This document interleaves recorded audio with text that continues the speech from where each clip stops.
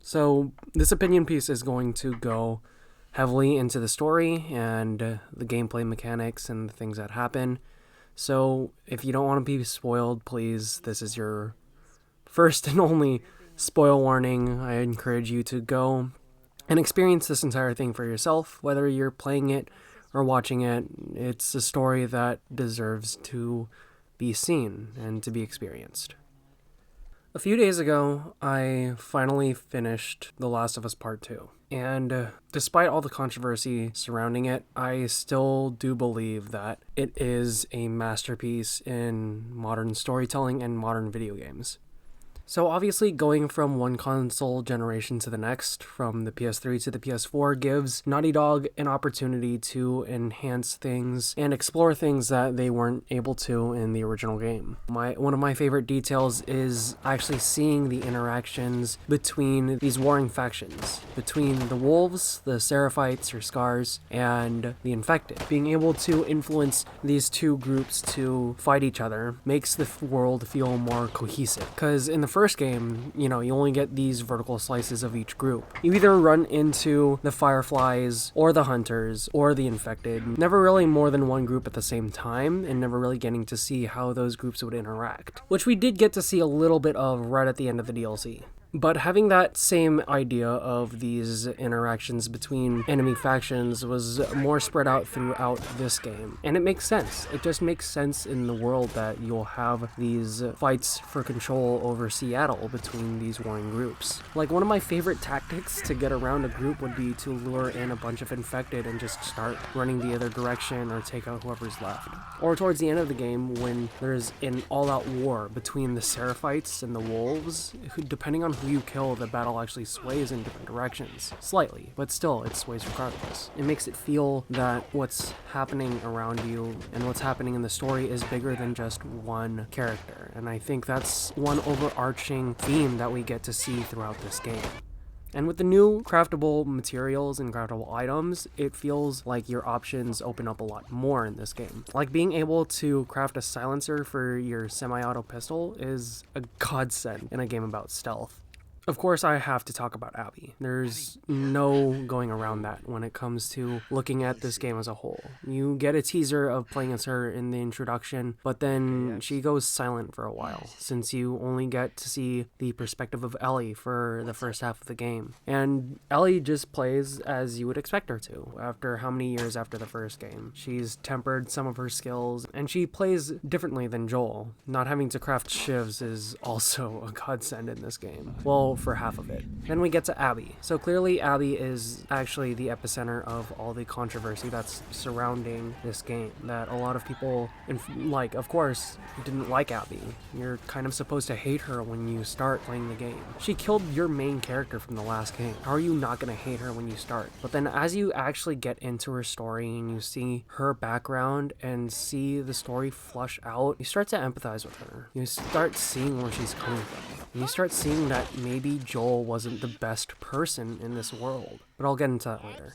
Abby plays pretty differently than Ellie. When I was playing Abby, I tended to use her as more of an aggressor. A few of her skill trees really encourage you to be aggressive towards your opponents because it fits her character traits. She's built like an ox. She has arms that can crush your head like a melon. She has military training. Everything just ties towards her being a soldier first and foremost, from her previous time in the Fireflies and her current time with the wolves. And just generally, her weapons, they lend themselves to a more aggressive playstyle anyway. Her rifle is semi-automatic, so you can make more shots in a shorter amount of time. Her heavy pistol is a hunting pistol that is nearly a one-hit kill for majority of enemies. Her shotgun is a double barrel and encourages you to get in close and deal a ton of damage. Even her silent ranged weapon, the crossbow, loads so much faster than the bow that Ellie has to use. So overall, Abby more or less plays like a younger Joel. Like, she relies on her fists for melee attacks, she has to craft shivs, and she relies on her power more than her agility. Unlike Ellie, who's kind of the opposite. She encourages more stealthy gameplay, more decisive actions, and more precise attacks. And like moths to a flame, we must come to the story. And I can get flack for this, but I really, really enjoyed the story of The Last of Us 2 so much more than the story of The Last of Us 1. This isn't to say that I don't like the story of Ellie and Joel. I love that story. The story of Ellie and Joel in The Last of Us 1 is a classic tale of two souls coming together and being connected through strife. They might not be the best people, they might not do the best things, but they're endeared to each other. At the end of the day, when you're going through a wasteland of a world and you only have this one companion, despite having differences in the beginning, they found commonality between each other and found solace in that. That famous last line of, "Look me in the eye and tell me that you're not lying." And Ellie's response, the way that she looks and the way that she responds of, "Okay," you can just tell she knows. And that bites at her for a long time. Being able to explore that side of the story in this game enhances the first one, in my eyes. If you found out that a parent was lying to you about something that you could have changed or you had a huge part in your life, of course it would be super hard, maybe even impossible to forgive them. And that's what happens to Ellie. She basically severs himself from Joel after learning the truth. And like I said, who could blame her? Joel did a lot of horrible things, and we know that he did it out of love for his surrogate daughter. But was it worth it? Because as we get into Abby's story, you start seeing things from the other side of the coin. You start seeing that, yes, you killed all these fireflies, and yes, most of them probably deserved it, but you start thinking, well, some of them probably didn't. Because like Abby's father, the surgeon who was going to save the world, they have nothing but good intentions. And you may not see that for a very long time, because you only see one side of the story. This is why Abby's collectibles, the quarters, they only show the back side, the state side, the tail side of the coin, because you're seeing the other side of the story that just transpired. Yes, it's a tale of Ellie's revenge, but it is also a tale of Abby's revenge, because both of these people have been wronged, maybe at different times, but they've been wronged by each other, and they seek revenge because of it. An article from VentureBeat in September of 2019 was an interview with Neil Druckmann, the director of the game. And that article can be summarized as basically, The Last of Us 1 was a story about love, but The Last of Us 2 is a story about hate. It's quite obvious to see why once you pass the introduction. Watching Joel's death firsthand, it hurts. It hurts to everybody familiar with the game. Joel is a very endearing character. He has a lot of really good intentions and does what he needs to do to make sure that him and Ellie survive. And that's noble, but the lives that were lost, when you think about it from a grander world scale, I'm not sure if it was worth it. Because clearly karma came back to bite him in the form of Abby and these former fireflies. They all know what he did. Let's not forget, like, not only did Joel kill the head surgeon who would have created the vaccine, but he also killed Marlene, the leader of the Fireflies. So this group has lost their leader and lost their hope. And in place of that, they have nothing but hatred and revenge to drive off of. So of course Abby is going to chase any lead she can to get her revenge. Because in the end, before the events of The Last of Us 2, she was wronged by Joel, as much as Ellie was wronged by Abby at the beginning of this game. Let's pedal back a bit, and let's just focus on Ellie's side of the story before I get deeper into Abby's side. Being familiar with Ellie from the last game and seeing her development into this game is quite a fun watch. Seeing her relationships grow with Dina and Jesse feels really rewarding in this game, because it really shows how much Ellie has gone through in the time gap between the games. Like, Ellie's interactions with Dina are simply adorable. I love seeing the dynamic of like a building intimate relationship in the world of The Last of Us. We never really get to see that in the first game, because as Joel, your relationship with Tess is kind of distant and more professional, even though there are subtle hints to them having previous history. And of course, the relationship between Joel and Ellie is a familial one. So seeing a relationship that is more romantic and intimate is kind of a sweet treat when it comes to this game. And then same thing with Jesse, seeing kind of this relationship of old friends helping each other throughout a hard time is also really interesting. So Ellie's tale of revenge isn't exactly the classic media tropes that we know it to be. Although it does rely on those, it goes a little bit deeper than that. Seeing the repercussions of actually finding and killing these people affects Ellie deeply. You get to see this after the hospital mission. When she returns to the theater, she's shaken. She can barely talk, she doesn't know what to say, and she requires the help of her friends in order to get through this. I think another really good theme of this game is that you should rely on the people around you. Things this serious aren't things to be done alone. It should be done with people that support you to make sure that you come out the other side sane and functioning. And that idea of your comrades, your friends, your family helping you out through your hard times is accentuated through not only Ellie's story with Dina, Jesse, and Tommy, but through Abby's story. And Abby's story is going to be the majority of my talking points of this session before we get to the end. So, personally, and I'm not sure if anybody can really agree with me on this, but I actually really enjoyed Abby's story way more than Ellie's story. Abby serves as such a brand new perspective on this world, while Ellie just kind of extends what we already know. With Ellie, it's like, yes, we know about Jackson. We know how Jackson thrives, and we understand how Ellie's life has changed and been affected by Jackson and the people around her. We understand her tactics because we've seen them before. We've used them before in previous games, and it makes sense in her character arc. So being able to play as a brand new character in the world of The Last of Us, I find to be super refreshing and very welcome. Yes, I know that this is Joel's killer that we're playing as. Abby is the avenue to give us as players a brand new perspective on the world of The Last of Us. It shows how complex things get in this world. Like everything else in The Last of Us, everything is not black and white.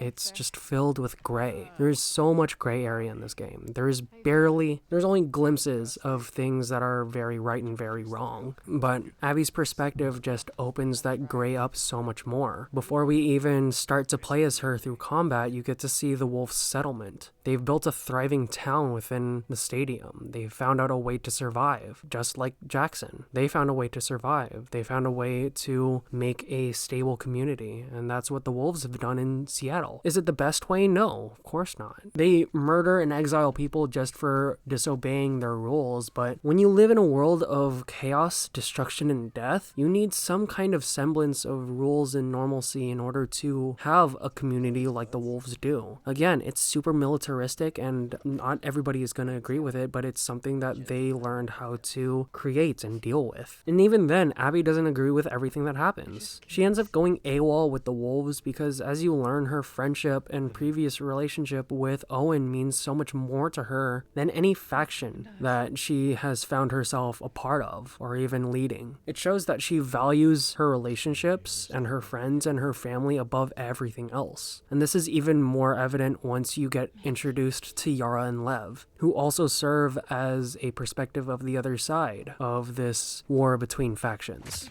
So you get to see that Abby isn't just this cold-hearted killer. She does have this sense of duty and resolve. After Yara and Lev save Abby, she finds it in her heart to save them because they're also being hunted. And you see her resolve when she goes with Lev to get the medical supplies to remove Yara's arm. And through that, you get to see Abby and Lev's relationship build. You get to see the boundaries being broken between people who were once part of these warring factions, but finding solace in companionship with others rather than being dead set in their previous beliefs. It's the destruction of these previous beliefs that push Abby and Lev to grow as people. But let us not forget that this is still a story of hate and revenge.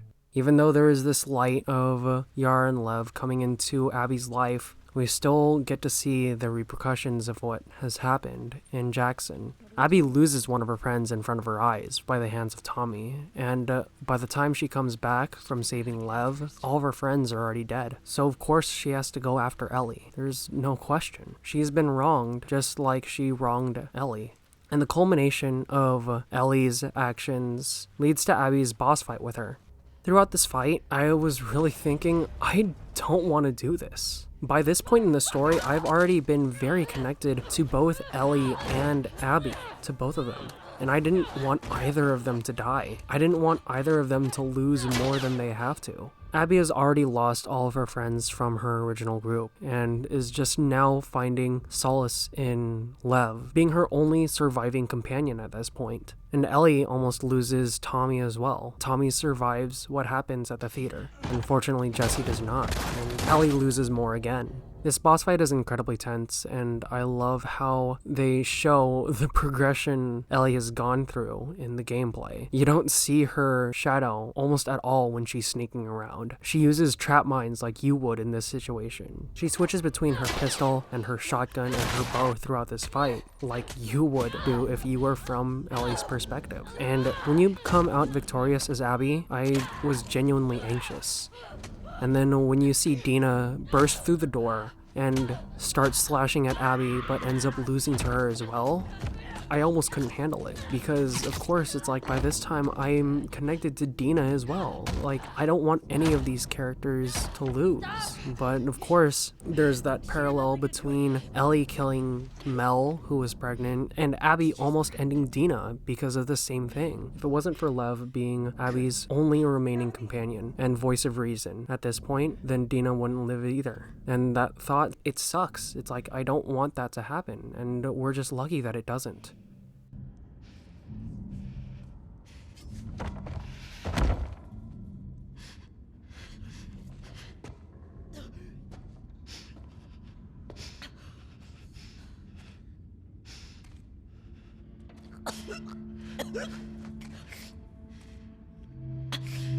Don't ever let me see you again.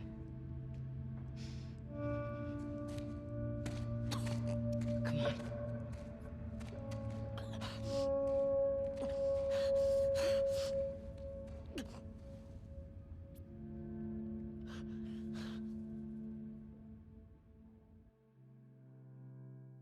At this point, I really thought I was at the end of the game. You play as Ellie at least a few months, maybe even a few years after the results of Seattle, and you kind of get to see the repercussions of that. Her and Dina have moved away from Jackson and started to live on the farm like they were talking about when they were exploring Seattle. They're raising JJ together as two incredible mothers, as I'm sure they are. But Ellie still suffers from PTSD, like hardcore PTSD. Because in the end of the day, Ellie may have gotten off easy, but it wasn't easy for her. She still suffers from the thought of Joel. Loud noises like a shovel falling or a barn door closing is enough to trigger all of these hurtful memories for her. It affects her at night. She can't sleep and she can't stop thinking about him. So she refuses Tommy's proposal of revenge all the way out from Jackson, Wyoming to Santa Barbara, California. Of course she refuses. You'd want to stay with your wife and kid. You have this normalcy, but Ellie knows that she can't do that. She knows that this is something that she has to do, that she'll never be normal without seeing this through. And that's why she goes to California.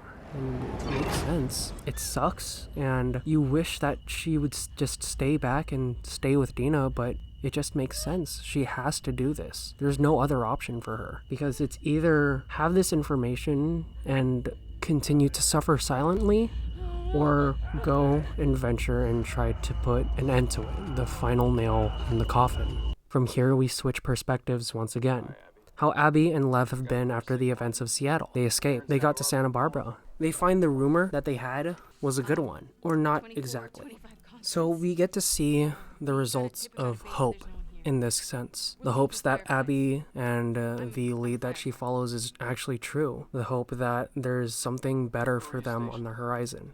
And of course, this being the world of The Last of Us, that hope is immediately yanked from our hearts, as both Lev and Abby are captured by the California animal-based group, the Rattlers, and sent to a labor camp that serves the Rattlers and what they need. So from there, we cut to Ellie, and at first I feel like, oh, I'm still in the same time frame. We're like around the same time that Abby and Lev get captured, but after making our way past some infected in this gorgeous California setting, as I'm quite familiar with, you learn that's not necessarily the case. After being caught in a trap and stabbed in the side, Ellie is kind of forced to hang by and wait for somebody to let her down. And as more Rattlers do, she's able to escape.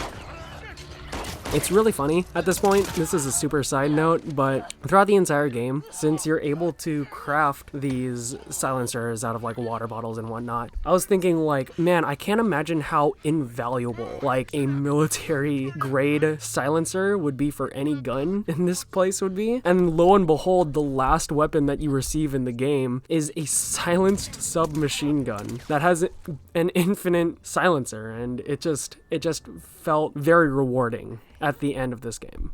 Anyway, you get to fight these rattlers, and you kind of see what operation they have. You actually have to change your tactics too, because you end up fighting enemies that have armor, like helmets and bullet vests. So it was also a refreshing change of pace to see this different faction fight in a different style. But the fun can last only for so long. As Ellie, you find Abby and Lev tied up to these pillars, left to die after they were caught trying to escape. And of course, Abby immediately recognizes Ellie. She says, "It's you." After she and Lev gets cut down and she comes to Lev's side, she just looks at Ellie and says, "There's boats this way," and goes off without a second thought. Like, that moment just felt insane for a second.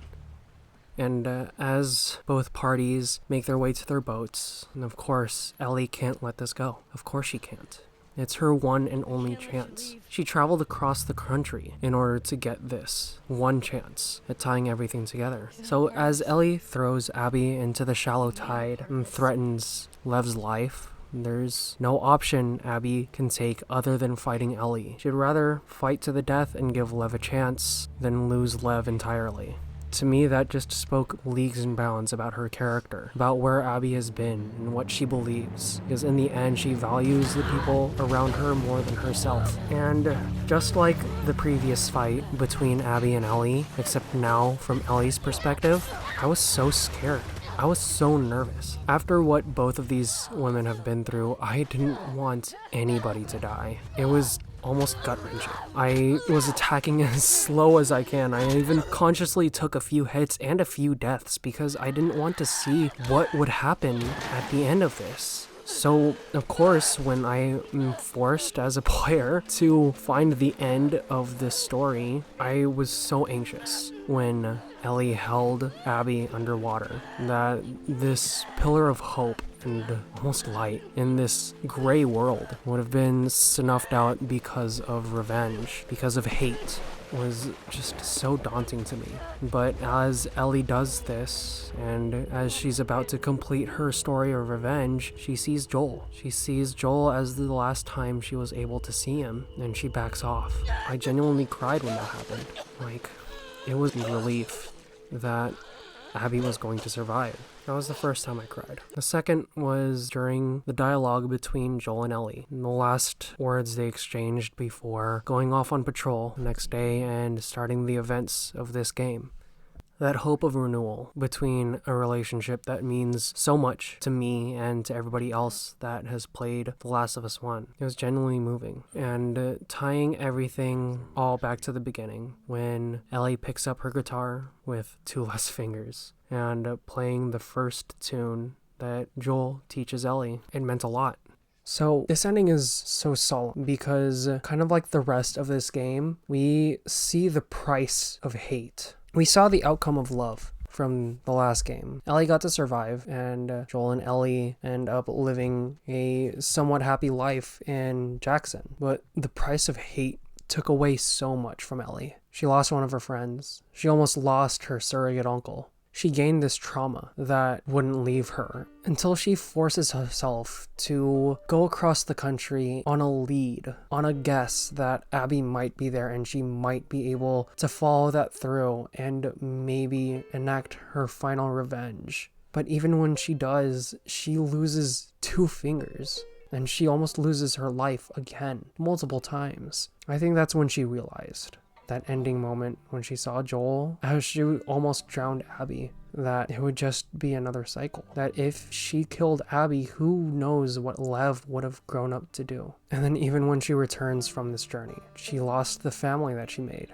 She lost Dina, who most likely moved back to Jackson for the safety of JJ. She lost her baby. The price of hate in the end isn't worth it. That's even evident between the Seraphites and the wolves. They brought upon death and destruction to each other. The wolf's leader ended up dying because he pursued this opposition, this hateful operation to get rid of an entire people because of events that affected both sides, without seeing that both sides were so affected by this.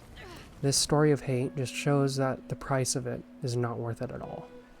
With that conclusion of the story, it just makes the first game even better. And I still do believe that The Last of Us Part 2 is a masterpiece. To go back to my feelings about this game, going into it the last few months, even leading up to release, I still wasn't sure how they would follow up the first game. I watched very little trailers, maybe 2. The initial reveal trailer and the final gameplay reveal that they did about a couple weeks before release. And that's all I wanted to know. That's all I needed to know, because I knew that I wanted to know the least amount possible going into it, because I knew that I would want this whole experience to myself. I didn't know what they were going to do to add to the story of the first game. Like, the first game is a kind of single vertical slice of the world that they've presented us. You follow a single group going through a destroyed post-apocalyptic world that's trying to recover and find its feet once more. Was super interesting. Of course it was, because it's our introduction to this world. But once you're introduced to that world and you have this inkling of information, you want to know more. That's why I find the opening of perspective in the second game to be so much more valuable than the continuation of a singular story. Being able to see more of this world is what I really wanted. And they really do convey that through the world's collectibles. It's this idea of world cohesion that I found so valuable in this game. That was something that they couldn't exactly do in the first one. Because as you're going through the first one, since they're doing this idea of world building, a lot of the notes are more singular and self-contained. They just tell some tragic tale of some survivor or some outbreak era person trying to make their way through the chaos. But in this game, we're so much more lucky to see these interconnected side stories through these notes that, again, make the world feel more connected. The fact that a single village talks about this kind of champion that they had until his daughter dies and he goes berserk, and then the town actually turns against him, and then he actually takes measures against that. It's things like that that just feel so much more rewarding to find these notes. And then you get to actually fight that person who has become infected. It just ties it all together, and it feels rewarding because it's like, I followed your story and I understand what happened to you, and it's crazy. Or even the environmental puzzles of trying to find the safe combinations. I loved doing that. Like, finding like the very few safes in the original Last of Us, Joel just like automatically puts in the number and then gets whatever's inside. But for this one, like, the small details that go into the safes are like what makes me enjoy the small side stuff even more. Of course, you can find the combination itself or the clues to the combination through the notes that you find, but it's so satisfying being able to put that number in by yourself. And there's a reason for that. If you listen carefully, when you're putting those numbers in, there's a slightly different click when you land on the correct number. So in theory, if you didn't want to look around and you wanted to be this crazy safe cracker, you could. You could just go through each number between 0 and 99 and find the combination by yourself. And that's so cool. And of course, the amount of polish going from a PS3 game to a PS4 game is so incredible. The fact that we get female enemies this time around really builds the world out and feels more cohesive, because it's like, there's no way that I would only be fighting just dudes. Just the same variation on the same dude throughout the entirety of destroyed America. But yeah, like fighting women. Hey, it's Future Ryan. I felt like this line came out kind of weird, so let me just clarify a little bit. I was just referring to the enemy variety is really nice. Don't be mean to women in real life. In fact, be really nice to each other, please. Alright, cool. Love you guys. Them using dogs and using boats, chaining up infected to keep people away, in the case of the rattlers towards the end. Or the fact that everybody has these such advanced facial rigs that express so much more than what you can show in a PS3 game. It's sometimes haunting. I mean, when you fight that big Seraphite guy to save Lev as Abby, it's like, it's so messed up. Like, by the end of that fight, when you just see his jaw, like, half hanging off, but, like, he's still emoting, like, all this anger and aggression towards her. Or just whenever you have to take down a human enemy and they're, like, desperately gasping for air. It's a little haunting. Or even the fact that when you kill a human enemy and another human enemy either watches that happen or finds their body and they say like, oh God, they got Mike, or like, no, Emily, or it's like they like the fact that they call out their names, that small detail like made me feel so much worse when I was killing these people, because again, like, when you really look at it, yes, these are terrible people that also murder other people, but just the fact that they put names behind these faces just like makes that sting hurt a little bit more. So clearly, I really, really enjoyed this game. Of course, this game being at the end of the PS4 era, they can milk every little ounce of power and ingenuity in this technology to put stuff into their game, and I'm glad that they did that. So, to wrap things up, I love this game. In the future going forward, whenever I play The Last of Us, the first one, I feel like it is required to play the second one right after. Again, because I feel that this second game in this series just adds so much to the first one. Being able to see what happens after the fallout of the first one and opening that perspective of this world that intrigues me as much as its characters is so good and so valuable. So if I were to compare this game to a beverage, a regular beverage, not an alcoholic one, it would be a shot of espresso. Specifically how I make espresso, with a hand grinder. It's a slow process. It's very meticulous. It demands that you take your time and you search out every detail to find enjoyment out of every last drop of it. And once you have it in your hands and you're slowly taking it in, it demands that you take it slow. It demands that you take your time to really feel every flavor that it's trying to present. The taste may be bitter, and it's a taste that most people are not going to enjoy. It can be very strong and very harsh, but by the end of it, it's an experience I feel is very worth having. Hey, thanks for watching my video. I took a lot of time to make this, and, you know, it's just something that I've been wanting to do for a while. Getting to step away from the recency bias that is kind of very clear in the video, I just wanted to address a few things. By no means is this game perfect. It's definitely not. There's a lot of small, weird things that are a little dissonant from the story that they're telling. There's definitely a lot of cutscenes, and it would have been nice to have, you know, two separate games. One where you play as Ellie and then experience all the trauma that you get from Joel's death and from everything that Abby does, and then getting to play as Abby throughout her entire own game. Honestly, having Abby in her own game would be pretty cool regardless. But that's not what we got. And what we got is still a solid package, and I still really enjoyed it. I know that this video is a little preachy. That's, you know, kind of my fault. I don't want to do a script for these kinds of videos. This is just me kind of gushing in a way while still trying to have some kind of analysis be done in the background. But anyway, I hope you do that YouTube thing and like, comment, and subscribe, because I do want to do more of these. This was a lot of fun, and there's a lot of other games I'd like to gush about. So thank you, friends, for watching, and I hope to see you again.